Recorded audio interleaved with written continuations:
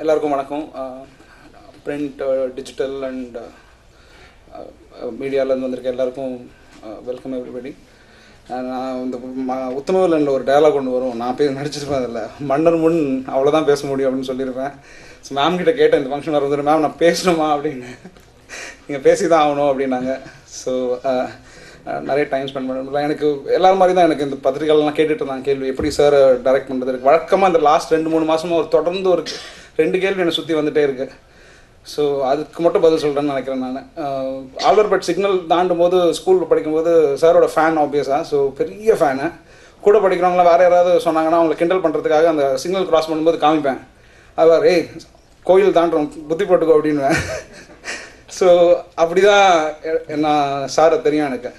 அப்புறம் அந்த பெரிய கேட்டுக்குள்ளே போயிட முடியுமான்னு யோசிச்சுட்டு இருந்தோம். அப்புறம் உள்ளே போய் ஒரு ஃபோட்டோ கிடைக்குமான்னு யோசிச்சுட்டு இருந்தோம். ஸோ இன்றைக்கி ஒரு படம் டைரக்ட் பண்ணியிருக்கேன். ஸோ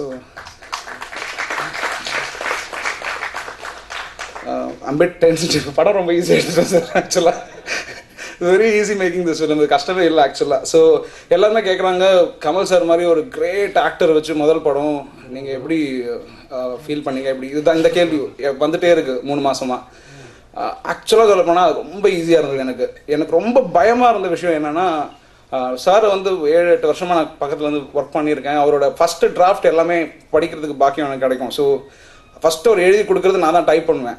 அதுதான் முதல் வேலை எனக்கு ராஜ்கமலில். So that was amazing. So அப்படி பார்த்து வந்தவன். எனக்கு 7-8 ஸ்கிரிப்ட், இன்னும் பவுண்டட் ஸ்கிரிப்ட் இருக்குது அவர்கிட்ட ரெடியாக. நாளைக்கு ஷூட் போயிடலாம் அப்படி ரெடியாக வச்சுருக்காரு. விஸ்வரூபம் மாதிரி, ஒரு விருமாண்டி மாதிரி, ஹேராம் மாதிரி ஒரு படத்தை இயக்குனவர், தேவர் மகன் மாதிரி, மகாநதி, குணா, மைக்கேல் மான் காமராஜ் மாதிரி கிளாசிக்ஸ் எழுதுனவர். அவரை டைரக்ட் பண்ணுறது வந்து இட்ஸ் நாட் ஈஸி டாஸ்க். அது வந்து எனக்கு அதுதான் ரொம்ப பதட்டமாக இருந்தது. அண்ட் அப்படிப்பட்டவர் வந்து இன்னொருத்தர்கிட்ட அந்த பதவியை கொடுக்குறாருன்னும் போது தட்ஸ் another பிக் இது. ஸோ ஐ திங்க் அந்த இடத்துல எனக்கு வந்து பயம்லாம் போயிடுச்சு. ஸோ கொடுத்துட்டாரு, இதை ஒழுங்காக பண்ணணும். இது ஒரு வரம் மாதிரி எனக்கு. ஸோ வரம் கிடச்சிருச்சு, அந்த வரத்தை ஒழுங்காக பயன்படுத்தணும். ஸோ அந்த ஒரு இதுதான் இருந்தது எனக்கு. ரெண்டாவது வழக்கமான கேள்வி என்ன கேட்குறது வந்து, உங்களுக்கு கமல் சார் டைரக்ட் பண்ணும்போது தூங்காவனத்தில் உங்களோட கிரேட் மூமெண்ட் என்ன, ஏதாவது இன்ட்ரெஸ்டிங் ஏதாவது சொல்லுங்கள் அப்படின்னு கேட்டுகிட்டே இருக்காங்க. இதுவும் 3 மாதமாக சுற்றிட்டு வர கேள்வி. எந்த மூமெண்ட் சூப்பர், ரொம்ப எக்ஸைட்டான மூமெண்ட் எதுன்னு. என்னோட எக்ஸைட்டான மூமெண்ட் முடிஞ்சு போச்சு. அது இனிமேல் வாழ்க்கையில் வருமானு தெரியாது எனக்கு. That is the day when Kamal sir said that you're going to direct the movie. That happened on April 17th. I'll never forget this day. So அதுதான் என்னோட எக்ஸைட்மெண்ட் மூமெண்ட். இனிமேல் என்ன வாழ்க்கையில் நடந்தாலும் அதோட எக்ஸைட்மெண்ட் இருக்குமான்னு தெரியல எனக்கு. அண்ட் அதுக்கப்புறம் எல்லாமே இட்ஸ் கூல். ஸோ ரொம்ப ஈஸியாக இந்த படத்தை முடிக்கிறதுக்கு வந்து எனக்கு நல்லா தெரியும்.